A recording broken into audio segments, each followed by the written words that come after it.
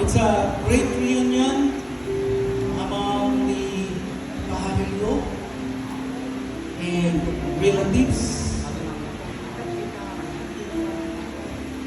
A reunion in which we are grieving, we are mourning, but as we are always saying that death is a graduation of everyone for the school of life. That's why no need to mourn, no need to grieve. Instead, we get to be happy. Amen. Hallelujah. Because it is the graduation of Auntie Belen, as we fondly call her, the late Adelina Bahaghilo.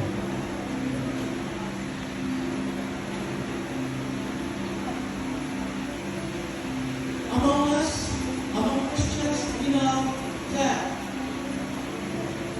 the time when we are yet inside the womb of our mothers, God have already a blueprint for everyone, as is stated in Jeremiah 1:5, which says, before we are yet on the womb of our mothers, God have already known us. That's why every single strand of our hairs, God knows it. Hallelujah.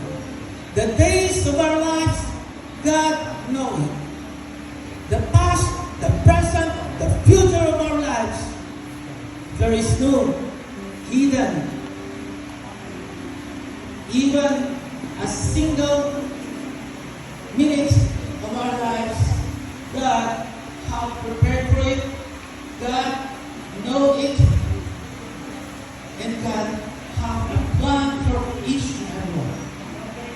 That in Ecclesiastes chapter 3 verse 2, it also is stated that there is a time for everything, for everyone.